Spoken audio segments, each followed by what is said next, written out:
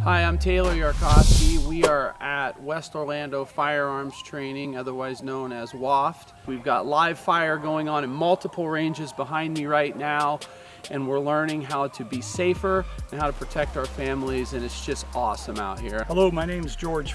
This is my 10th year coming out here with Philip. There is 4 or 5 of us that have been here anywhere from 7 to 9 years.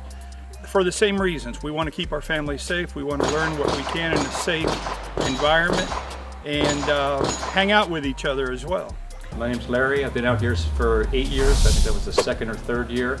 So our first year here, this house wasn't built. It was being remodeled. So Philip's kitchen and bedroom were the convenience store.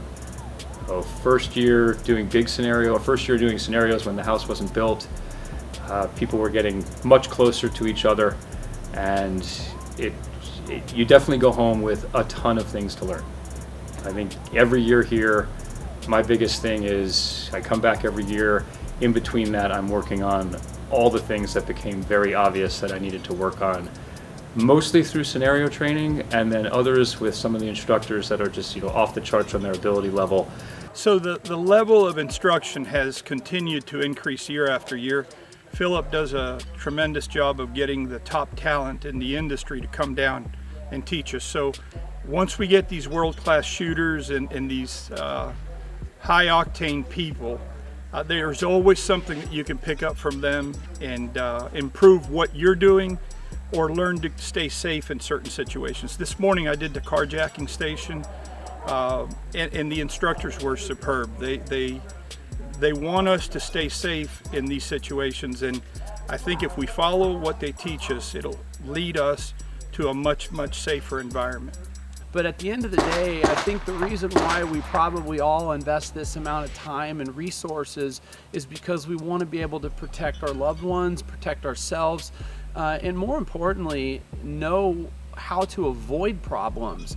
No one wants to have to be, a ninja or John Wick and clear the area. What we would rather do is see a problem developing and get out of there and avoid it altogether. And what scenario training does here with Phil and West Orlando Firearms Training is it teaches us how to take the skills that we learn on the range and apply those to real life. Philip does a great job, and he understands that failing is a phenomenal teacher. You have to look at a failure as a learning experience.